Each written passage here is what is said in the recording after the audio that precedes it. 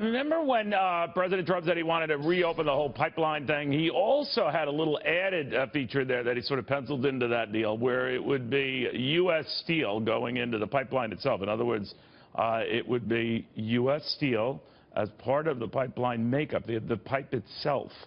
Well, that apparently is proving a lot easier said than done. There are nuances to this that not even the most powerful man in the free world can change. Adam Shapiro with the details on that. Hey, Adam. Hey, Neil. Nuance is a fancy way of saying Washington, D.C. bureaucracy. This is the memorandum that President Trump signed January 24th, requiring American-made products like steel be used in all new pipelines, as well as projects to retrofit, repair, and expand pipelines in the United States.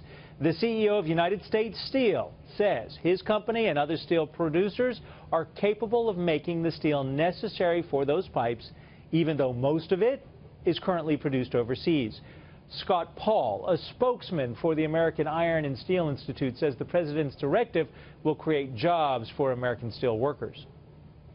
I know that there are American steel workers who would be eager to be called back into the mill, and there are American steelmakers who are eager to rev up capacity to build our energy infrastructure and our water infrastructure.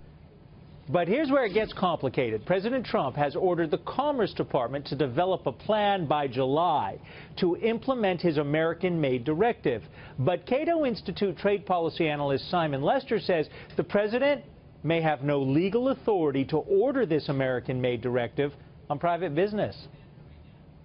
What we're talking about here is a government requirement to use domestic content, and that is pretty clearly in violation of our international trade commitments, and the U.S. has brought complaints against other companies for doing similar things.